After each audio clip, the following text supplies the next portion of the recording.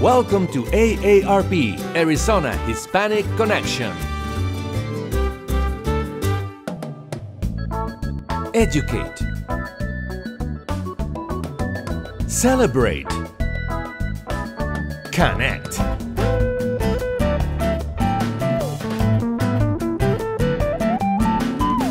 Arizona Hispanic Connection.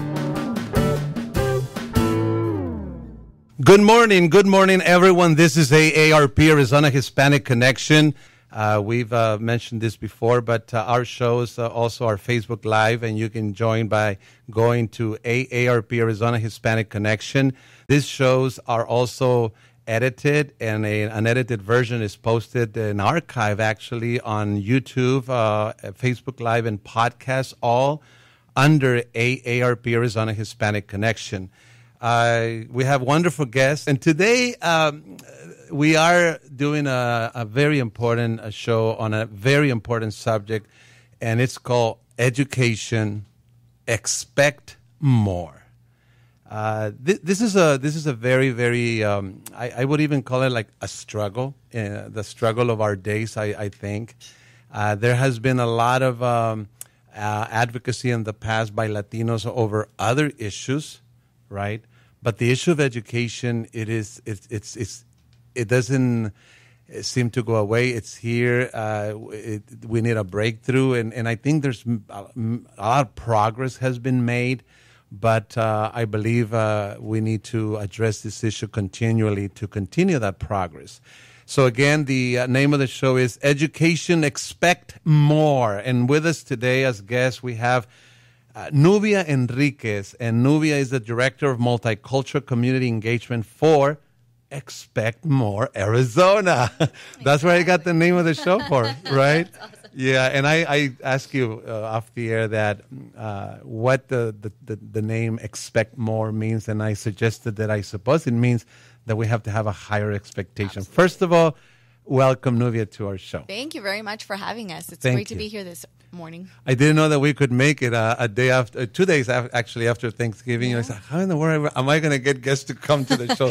So I appreciate it. Thank you. Yeah, no. And then to next we have Martine Quintana. And if I get it wrong, because I get all my notes and then I trust on my brain. Sometimes that's not as good, but sometimes it works okay.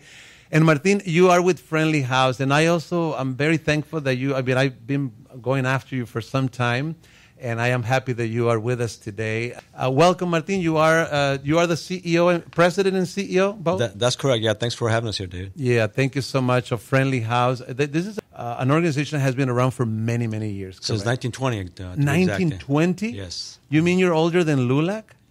I did not know that. LULAC is 1928. 29, you're right.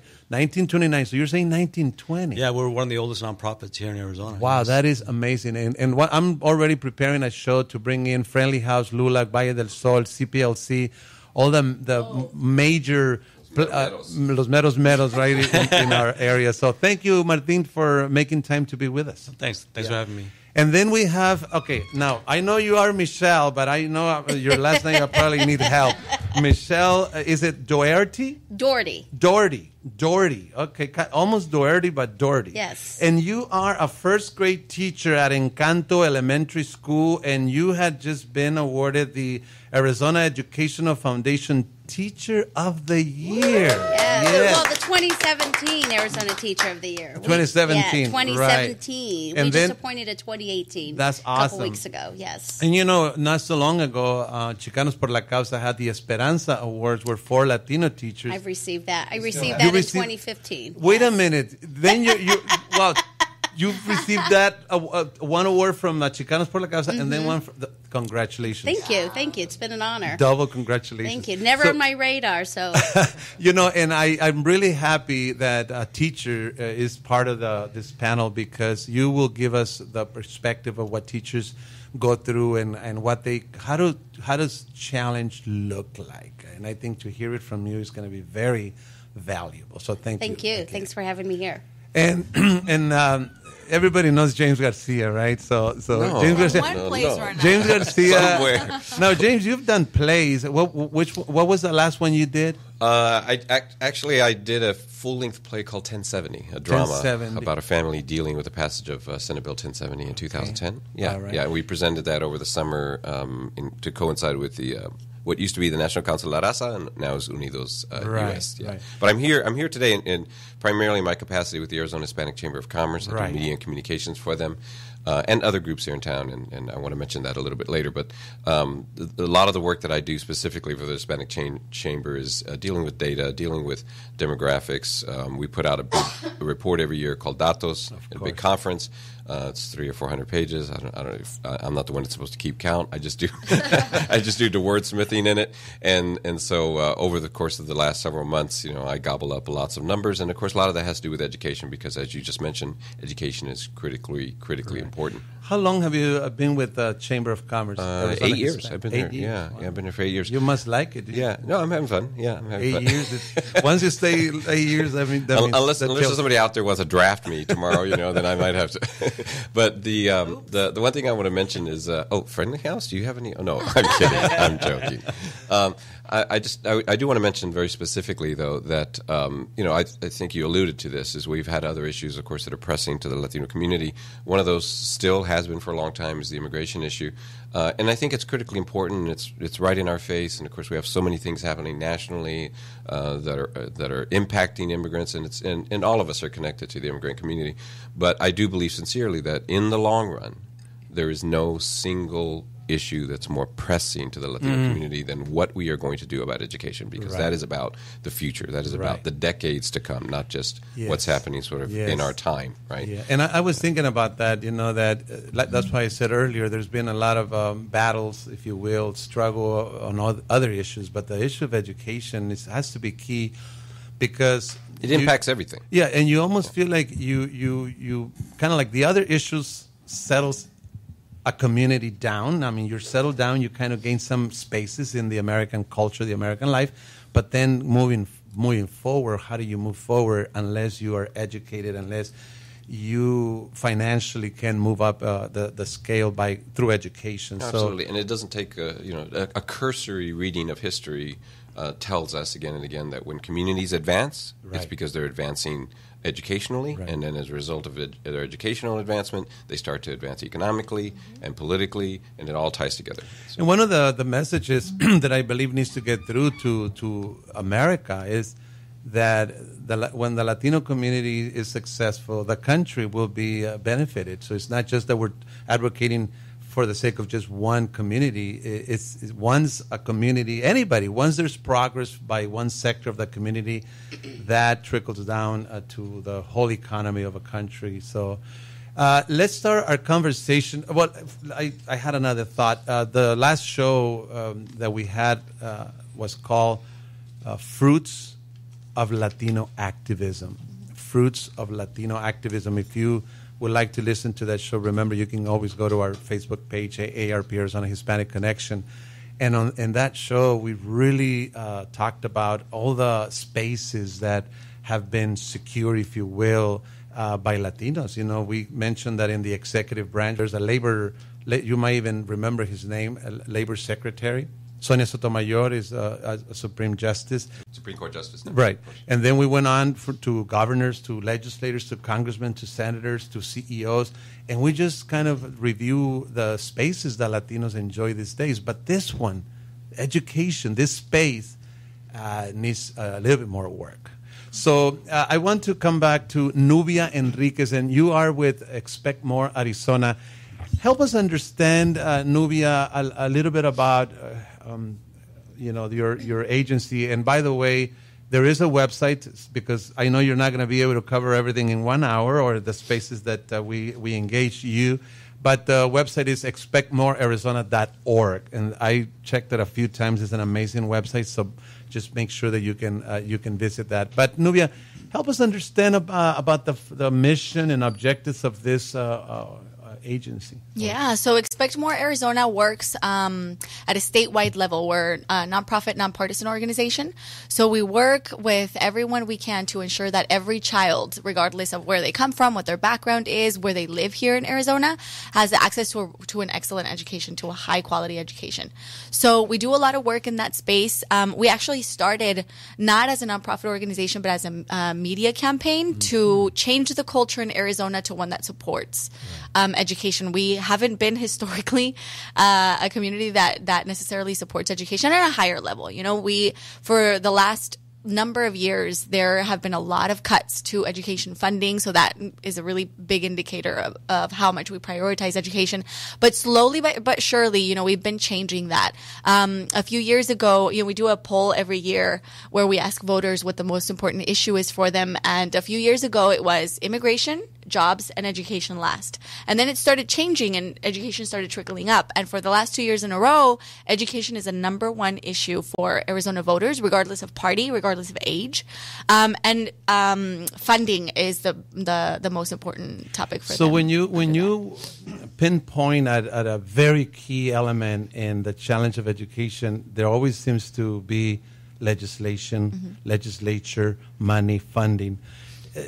So are you saying that the realization of your organization agency is one that the value of it hasn't been there, it hasn't been shown in action through funding? Is that accurate?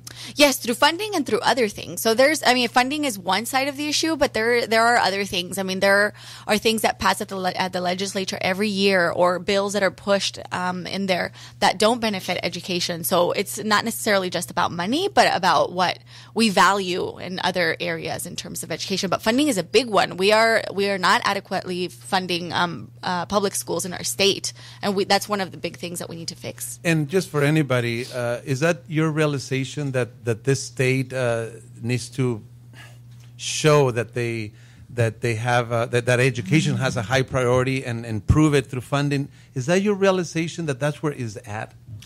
Yeah, I mean, I think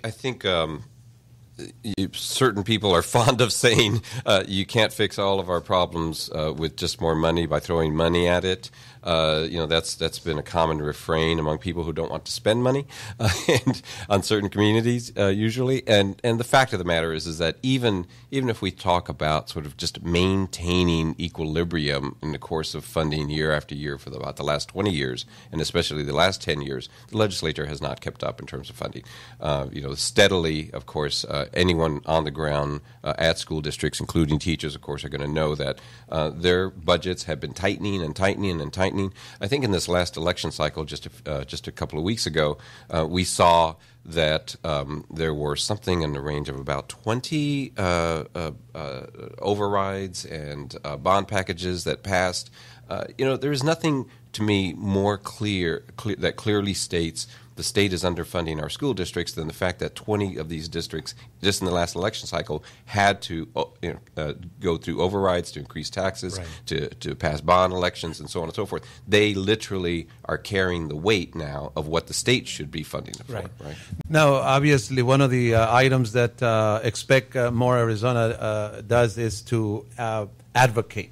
And we have to go on a break. We'll be back. You're listening to AARP, Arizona Hispanic Connection. Welcome to AARP, Arizona Hispanic Connection.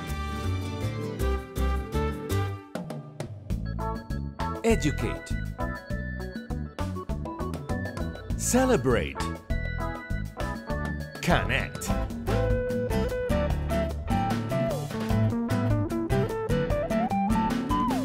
Arizona Hispanic Connection. Thank you. Thank you for staying with us. This is AARP, Arizona Hispanic Connection. The name of the show today is Education, Expect More. We are talking about the challenges of education and how we definitely need to be involved and to advocate for, to address these issues. And one that always pops up seems to be funding. Can we come to you, Michelle, and kind of give us your sense of how do you experience that lack of funding or the challenge in a general sense in your experience as a teacher? Well, I've been at this is my 24th year in the classroom, and I've seen it change, obviously, over the 24 years, but I've seen funding cut year after year after year, which then ends up happening is that we still want to teach quality lessons at a rigorous level, and what ends up happening? We have to fund it ourselves. We have to go through outside agencies for mini grants or fund it out of our own pocket. So when you talk about budget cuts, that's where it's affecting teachers because it's actually coming out of their own pocket to pay for these things. Right. So now, and we'll come back in the next segments also because obviously, like James said, money is not going to solve all the issues, right? Now, as a teacher, you and I spoke a little bit off the air, and you were also saying that the differences of readiness, being ready for school. Can you address that as another challenge that you face as a teacher? The achievement gaps are prevalent in the students that do not have the opportunity to attend preschool, a Head Start organization type of class, or I know First Things First has several opportunities for families to attend some type of preschool, but then there is a limit to those that can attend based on income levels. So I see huge gaps, or there's a delay in student growth from those families that don't have those opportunities. Something as simple as holding a book, knowing attention span, knowing how to use scissors, things like that. I know that sounds really basic, but that does hold some students back, especially related to literacy. There are huge achievement gaps related to literacy. So that becomes a big challenge for teachers because you'll have a group that is kind of ready and another ones you have to kind of almost have to run two programs. Sometimes, right now I have like 8 programs, 8 different levels that I'm working with within my classroom. Now, if we did what you suggested, is it fixable? It is fixed, totally fixable. We just need to offer an opportunity, some type of universal preschool for all families. Okay. So at this point, are you saying that those that have perhaps they live under federal poverty level, they don't have higher incomes, they have more opportunities for preschool, but not many are taking advantage of it? Sometimes some families aren't because, it's a matter of some of those families have 3 jobs, so it's a matter of getting their child there to attend the preschool. I've talked to many families in situations like that, and that's what they've all said. It's about getting their child there. And it's a real challenge because, you work, you're running around, and now you have to think about taking your child before you go to work. Exactly. And picking him or her up, and it becomes a real challenge. But you're saying that that's another pain point, if you will. Right, and that's something that Expect More Arizona is supporting as well. That's one of their indicators as far as the 3- and 4-year-olds. That would have to increase the funding more. Not only for the K through 12, but now, funding all this the early childhood ed. Early childhood. Martine, how do you? You're the CEO and president and CEO of Friendly House, and Friendly House also has La Academia del Pueblo, which is an elementary charter school. If I did my research correctly, how do you see the challenges in your community? Because you do have your offices in an area that is predominantly Hispanic. Yes, and then, in the South Central Phoenix area. Yes. Right. Yeah. How do you feel that? How do you feel that challenge in families and you as the organization? Yeah, in similar ways that we've been discussing already. With the charter school, we do provide pre-K services as well as K through 8th grade, and one of the challenges that we have is being able to provide the pre-K services. It's difficult to provide them for free. And so, like Michelle mentioned, there's some organizations that offer scholarships for families, but also the families that can't afford to send their kids to pre-K services, and that's something that we need to address. But also going back to the teacher situation, we have a shortage of teachers here in Arizona. A lot of teachers have left the state for other in jobs in other states, primarily because they may pay more or maybe feel more supported by the state and the educational system, and so every year we struggle with trying to fill our spots as teachers, especially having high quality teachers. Part of that is a pay issue. We we want to try to pay teachers more, but it's difficult to do that with the funding that we get right now from the state. So those are things we're trying to work on, because we all know that when it comes to student performance and how we teach our children, is very impacted by the teachers. We need highly qualified teachers. We need more teachers to go into education, or more students go into education, and so that's something that we struggle with on an ongoing basis. Yeah. If I remember right, we have something like 20+% shortage of teachers, and then something like 24% of teachers are going to be eligible for retirement, I believe, in the next few years.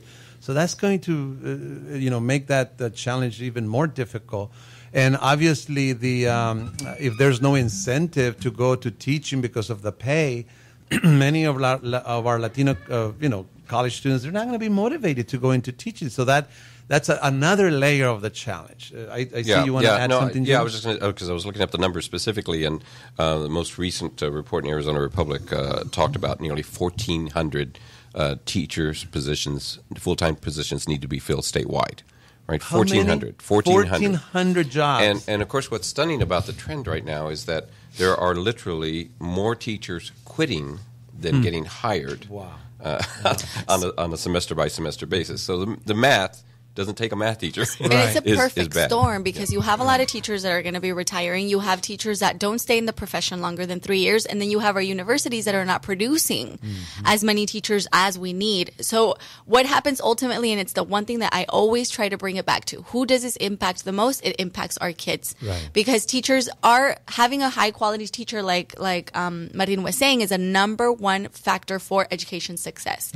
So, and on top of that, the kids that are left with a substitute teacher for long periods of time during the year are kids of color and are low-income kids. Yeah, and the thing are the ones that need it the most. And the thing the entire state of Arizona should understand is that it's affecting every district, right? It doesn't affect every district proportionally. So even in my daughter's school district, which is the Kyrene district, she was stuck with a teacher last year who didn't know how to teach the subject, right? Who clearly was just filling a space, and everybody in the class understood it. 8th graders all understood it. And it was because of a teacher shortage, even in the Kyrene school district. But when that happens in, say, the Roosevelt school district, the situation is compounded, right? Because you have certain amenities that are going to draw even a certain number of teachers are going to go to the Kyrene school district because they understand that, maybe the pay is a little bit better, and the conditions for them are somehow better. The school itself, the facilities are better, et cetera, et cetera. Roosevelt School District or other school districts that have just a much lower tax base don't have those luxuries, right? They can't make that up. I always use this example, and I'll be brief, is that when my daughter's band needed 2 new tubas, right, and they couldn't get it out of the budget because the budget was already being cut, they said, let's have a bake sale, right? And they raised $15,000 to buy musical instruments. That doesn't happen in the lowest income Latino school districts. Right. You can't raise $15,000. Now, Michelle, again, from the teacher's perspective, can you just elaborate or add anything that you could in terms of what you see with your teachers that maybe that are thinking about leaving the profession? Do you see any hope of, for maybe college students kind of pursuing this type of career? Well, I was speaking to my former superintendent, and when I first started teaching, she said for my position we might have had 16 to 18 applicants that they were actually interviewing, 16 to 18 applicants. Recently, we were trying to fill a position, and we had 2. And one was a certified teacher, and the other one was not. So that's a huge that makes a huge impact within the classroom setting. It's like what she was saying, Nuvia was saying. It really affects the classroom, but it affects the students ultimately. Right. Yes, we need high-quality teachers, but it affects the students ultimately and our families. Right. Are you able to sense the morale, among the teachers in your school, or not necessarily? But we have each other to support. We have each other to lift up our spirits. We can't let others determine how we feel. However, it does affect us in the long run. Right. And my daughter's a teacher, and that's who I'm speaking for. Her. Right. Other teachers. I've been at this a long time. Yes, I'm one of those statistics where retirement is coming. Right. But so I'm speaking for those other teachers that are still in the field, that are passionate, that are in there for a reason. So that's who I'm talking for. Right. Amazing.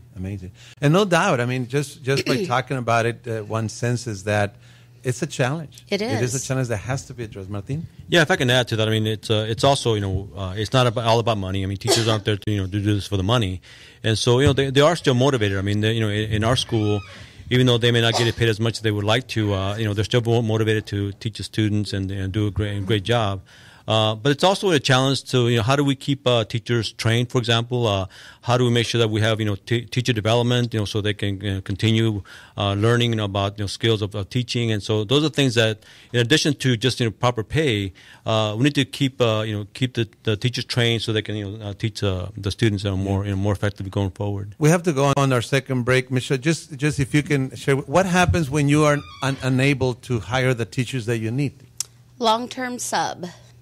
That's what we end up doing. Long-term sub. And then there are several of us that support that long-term sub.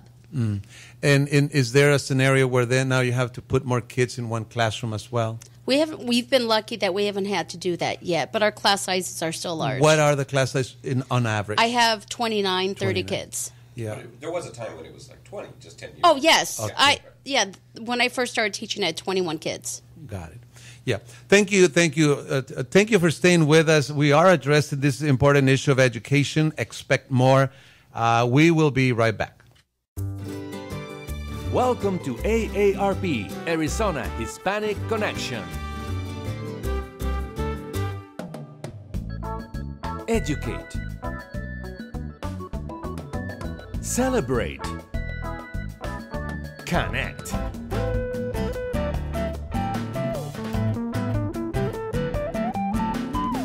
Arizona Hispanic Connection. Thank you. Thank you for staying with us. This is AARP, Arizona Hispanic Connection. We are addressing a very important subject, education. Expect more. And let's come back to Nubia Enriquez. Nubia, the Expect More Arizona has this progress meters. Can you explain to us what they are and how are they being used? So the Education Progress Meter, Arizona Education Progress Meter, was started with Center for the Future of Arizona in 2016. And it's pretty much a tool so that we can see where we are in 8 different areas. And then in the last year, a lot of organizations and individuals were working on goals. So first we needed to determine where we were in the different areas, and then we need to determine where we are going. And the point of having a progress meter that we can look at is for all of us across the state, businesses, community leaders, education leaders, legislators, can see what a common vision for education for our state is. So these quality indicators are 8 total. And it's all across the education continuum. So it starts with quality early learning, and that quality piece is very important. We're talking about kids to be able to access quality early learning programs. 3rd grade reading, we need to make sure that we improve in that. 8th grade math, high school graduation, opportunity youth. And for those who don't understand this term, is people 16 to 24 who are neither working or going to school. They used to be called disconnected youth, but now the term is opportunity youth. Post-high school enrollment, so kids who are going to school after high school. We know that it's no longer going to be enough to have a high school diploma to get a good job to be able to support our families. College attainment or post-secondary attainment, so receiving any form of certificate after high school. It doesn't have to be a 2 or 4 year degree. It could be a certificate in another profession. And then we were talking about teachers. And off the air, we were talking about how we actually have a teacher crisis in Arizona. And one of the indicators on the progress meter is teacher pay. And the goal there is to increase the state median to what the amount of the national median is in 5 years. Right. I have asked this question before. Is there like a conference, maybe on an annual basis that addresses this issues or not? So there's a variety of conferences that are put together by different organizations that work in different areas of the continuum. But that's a great idea. Actually, if we're going to be working off the progress meter and these 8 different indicators, maybe it would be a good idea to have a single one where all of us come together across the continuum from early learning to college and career to talk about how we're doing and these, and then maybe include government and legislators to see what role they're playing. How do you think that leaders, business leaders in that community at large use your concepts that you offer in your website? So we're advocating for people to use it in whatever capacity they can based on the decisions they can make, whether it is the city, for example. We're doing a lot of city and town engagement right now and asking cities and towns to put a stake in the ground to move the needle on these indicators. And it might not necessarily be all of them. Maybe they are having a specific program that improves third grade reading, for example. So that really is going to help that goal.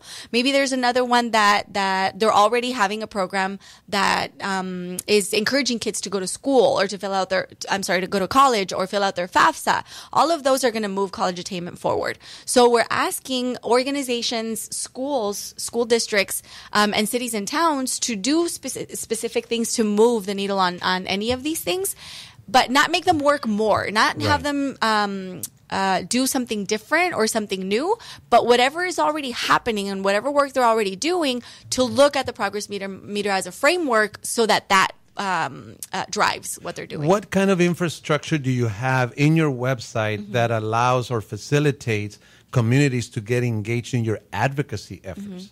So first of all, the progress meter is on the website. You could see how we're doing and where we want to go in terms of the goals at a statewide level, but you can also hone in terms of county as well. So you can, if you live in Yuma County, for example, which I do a lot of work over there, they can look at how their community is doing in each one of these indicators. But also during the legislative session, for example, we have a platform where we have different issues and different bills that we're tracking and supporting or not supporting, depending on what they'll do for education.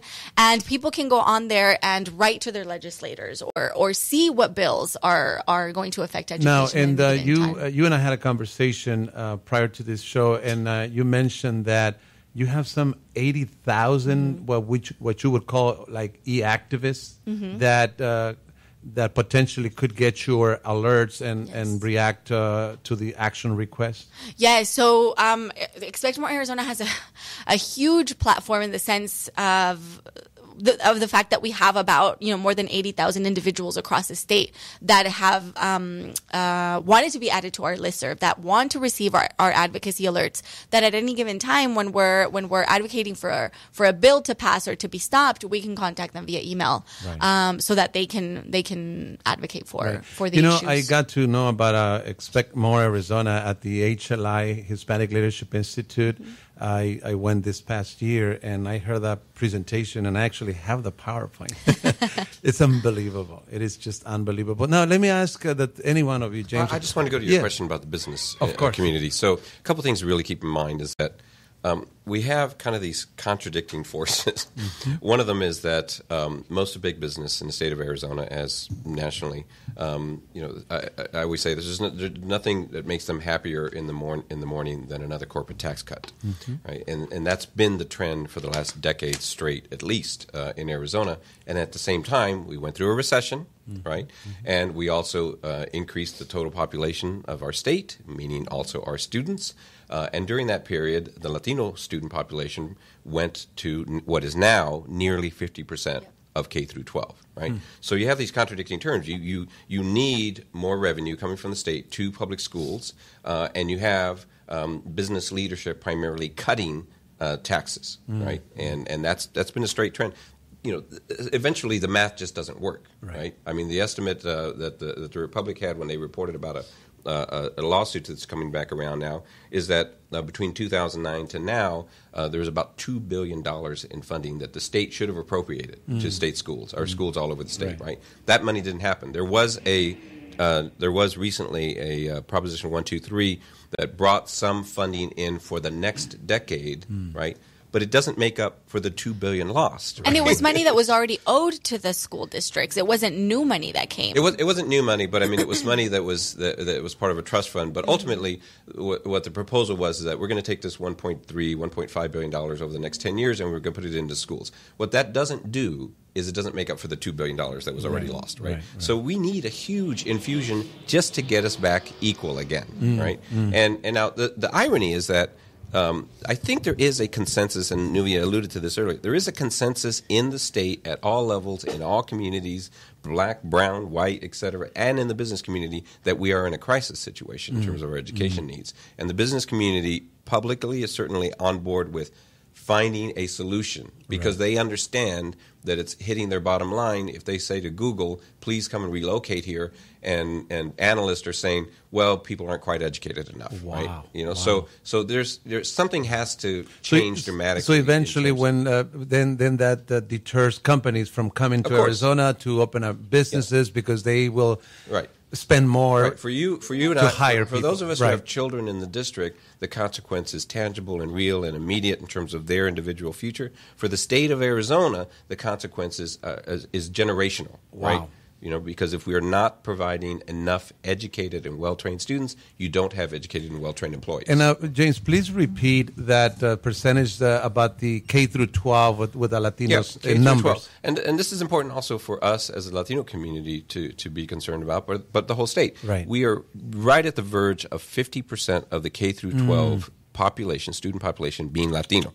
Right. Well, what does that mean? That means in one generation, those kids are all going to be grown-ups, and we're probably going to be approaching 50% of the state's population, right? So it's important to us, of course, as a Latino community. But guess what? When every other person in the state is Latino, the state will either benefit or suffer based on how well educated we are. Definitely. Right? Martine? Yeah, one of the great things about the progress meters is it really covers the full spectrum of age, for families, meaning from pre-K services all the way to, to adults that need to, give back to education by way of either the certifications or GED programs. As we all know, the economy is going to need a stronger workforce, a more educated workforce now and in the future. And so the progress meter addresses all that, from the standpoint of early childhood all the way down to people that need to come back to maybe they didn't finish high school, they can come back and get their GED or maybe get some kind of certification. So that's something that's really important for us to look at is that the goals here are very, they're very reachable, very strong goals that impacts, someone that could be very young, 3 or 4 year old, to someone that's already maybe working minimum wage that wants to go back and get some certification or get back their, their diploma. Right. So different fronts from what I can tell. You have your pre-kinder, you have those that basically do not graduate from high school. Then there's those programs like you mentioned, and I'm sure there's other agencies that help people get their GED and then some training. And I understand that Friendly House has those kinds of programs, including adult programs. Exactly. Like you said, a lot of agencies do that, and we do the same thing where we have programs that come in where people want to get their GED, but at the same time that we're also working with them to get a certification. We have this great program that's a dual track where someone's coming in to get their GED, and we prepare them to do that, but also at the same time they're taking classes to get a nursing technician and also pharmaceutical technician certificate. And we've also found that once they get the initial certificate and they become a nurse, they continue their education, get higher levels of certification, higher levels of degrees in the field. So that's something that it's a motivating factor for them to continue their education. Right. Now, I've always thought that poverty can be more a factor than ethnicity. And do you think that the communities that have less means suffer the most in this regard, Nubia?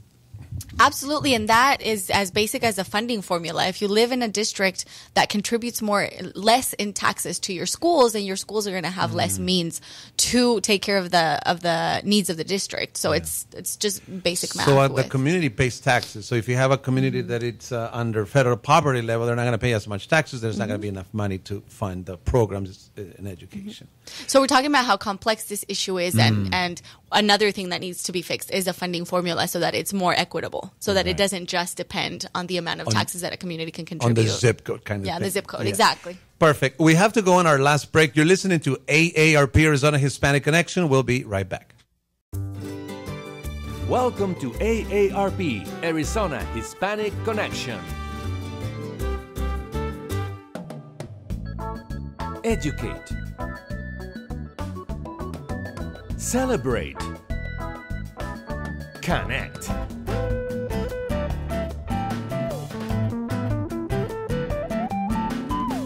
Arizona Hispanic Connection. Thank you. Thank you for staying with us. This is AARP, Arizona Hispanic Connection, addressing a very, very critical issue, education. Expect more. So let's continue with the conversation here with our guest. And so, again, it has different fronts. This is a real challenge. You mentioned the word crisis. We do have a crisis in this realm of education. So what can the community do or what can we do to engage the community more? Because in the end, that's critical. If the community doesn't engage, then we'll be lacking that support, and it makes it more difficult, both in terms of advocating and in terms of doing our part at home, perhaps, to educate and to kind of learn the system and to make sure that our kids are staying, learning what they're supposed to learn in the different levels and kind of those items. So there's definitely a big need to engage the community. What can we do, or what can the community do to be more engaged? So I think a really big thing is awareness. I think us as community organizations and leaders of sorts, we have an opportunity to educate our community about how they can get involved and making sure they're aware of the things they can do. For example, like we've been saying, the legislative session is coming up in January, and bills are up for vote, and some have a positive impact and some have a negative impact in education. So making sure that we understand what those are, that we inform the community about what these are and what we can do to hold our elected leaders accountable for supporting education in this way. We're talking about education funding. There's gonna be a new budget. So we as a community can be vocal about the fact that we have a funding issue in Arizona and that it needs to be resolved, and contact our elected leaders again and a lot of times we think that when we vote, that's when it's over. If our candidate of choice is done, then it's all done. But that's the first part about engaging civically. Like, then the next part is hard, which is holding them accountable. They still represent us. Even if we didn't vote for them, they still represent us and have to do what we advocate for them to do. So that's some of the things that they can do. But I think parents can also play a role in helping out their kids. When the whole paying for peanuts issue came up recently, I had several parents during parent-teacher conferences. What is that, if you don't mind? Well, what happened was... for peanuts, that's a good way. Yes. There was a discussion with policymakers about paying teachers peanuts. And I had a parent came up and asked me, what does that mean? So I had to explain what that meant. And she's like, well, what can we do to change this? And I said, be present, be aware of what's going on, and have a strong voice for teachers and for their children. And so they're trying to figure out exactly how to play a role, specifically in January when the new legislative starts again. So it's about being active and being aware. Right. And it's also about understanding the local impact, right? So my school district passed an override, and I voted for it, all right, because I understand sort of the context of what's happening statewide, and I know that if I don't vote for it in my district, that kids are not going to get certain things, right? But it's also about understanding that in many ways the state legislature is really neglecting its responsibility on this, because talking about equity in terms of funding for local school districts, again, the Kyrene School District can afford a bump in taxes, a minor bump in taxes, right? Roosevelt School District probably cannot because of the levels of income, right? And so I think there needs to be an understanding by parents that they can engage in the issue in very direct ways and participate, but also understand that that what is the reason that I had to vote for the override in the Kyrene School District is because the state legislature is not doing its job, and therefore funding is less equitable. And my children are going to get more than what children in Maryville or Roosevelt are going to get. It's just a fact because more people earn more money in my school district. Right. One of the things that I always kind of like to see people's lives, and life is so difficult these days, even just to make a living. And then to have to ask people to, after work, and if they have, a job and a half or 2 jobs, how in the world are they going to find time to be involved? That's a reality, I think, that many, many, many families have to go through. On the other hand, somehow we have to find the way, because we have no choice. This is the future of the state. This is the future of our kids. And we already know, with technology advancements, progress, it's impossible to make a living without education. Even as simple as a high school diploma these days is eventually it's not going to be sufficient. Now, but even now, I think, it's not easy to get good paying jobs with just a high school diploma. So what do we do? So I think, you're talking about a very specific community that might not be able to, because you're right. The realities of life, sometimes I get really upset when people say, oh no, Latino parents don't go to parent-teacher conferences. And it's like, well, they might have 2 jobs and they can't, or they might not have a car and they can't get there. So it's too complex to judge based on one thing. But a lot of us don't have a job and a half. And a lot of us do have an hour before or after work to learn about the issues that are happening around education, to be aware of what bills are up for passing during the legislative session. So those of us that do, what are those things that we can do? Business leaders have a huge voice. They're probably our greatest advocates and Expect More Arizona creates these regional councils in different areas. The one I work with is in Yuma, where we bring business leaders together to inform them, because a lot of times they don't know what's going on and they don't know what impact they can make, but they can. And the reality is that a lot of people's hearts are in the right place. A lot of people down in Yuma, for example, they're business leaders and they want to be taxed more. They understand that they are able to pay more taxes to help education, and they are for education. And surprisingly, this is something that surprises a lot of people. They're on the right end of the spectrum in terms of Republican versus Democrat, but they are pro business taxes because they understand, like James was saying earlier, that this is a greater issue. This is not just this is half of the population that is being most affected, and they are able to do something about it, and they want to. And I think Nuvi alludes to a really important point. There's this kind of cliche term that no one likes to pay taxes. That's not true.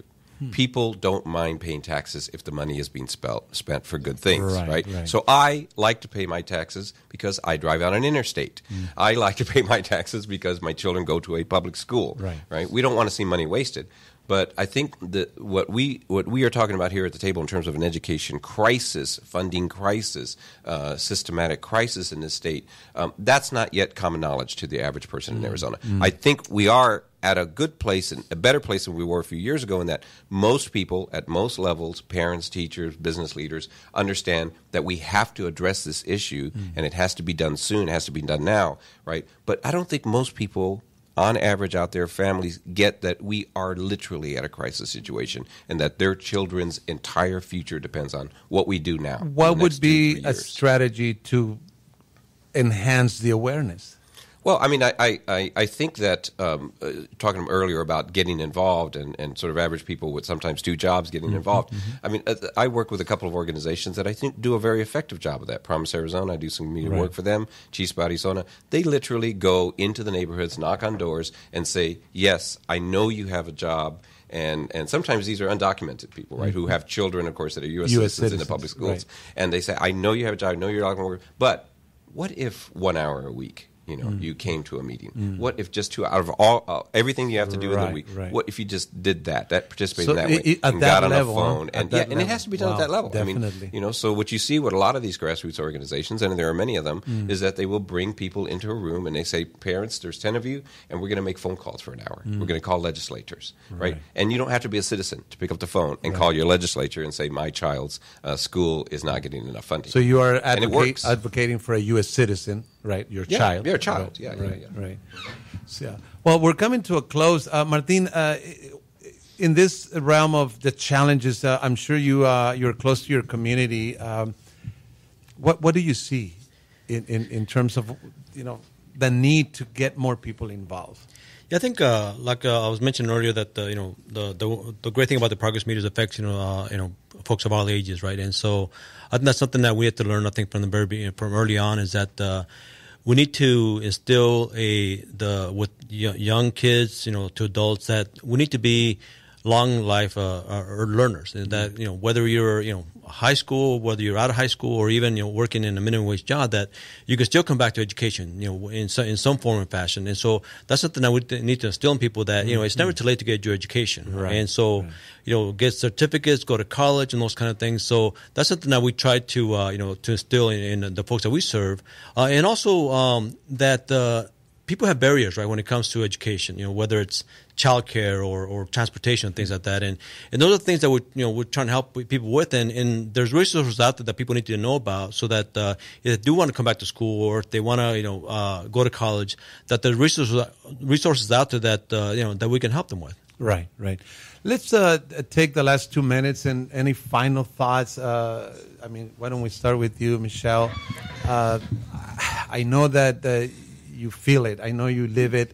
I mean, just from hearing testimonials at the Esperanza Awards, the character and the passion of teachers is just unique. And thank you for staying in this job for so many and helping so many kids. Just your final thoughts. I mean, I think that we need to also talk about how there are those that think that teachers are whiners or crybabies, and we're not. We just want to have respect. We want to be paid. We have families that we are also raising. We have other financial obligations. We are also making other careers possible. Of course. So we need to take that into consideration as well.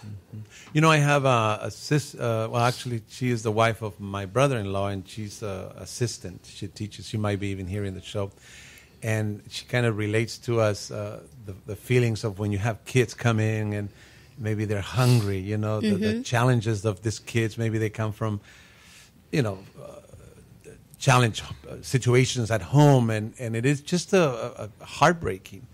And I assume that you see all those. Oh, yes. I've been at the same school my entire 24 years. Wow. Yes. I'm rare. But I've chosen that. I was a student that lived in the Golden Gate Barrio.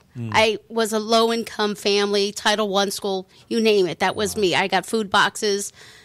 You name it. That was me. So I chose to teach in the school district that I'm at.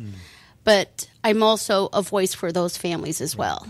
And you know, this is a good note to end our show in. Thank you so very much. I want to thank Nubia. I want to thank Martine, Michelle, and James. We basically just scratched the surface. This is, like you say, a very complex issue, but we will continue to address it.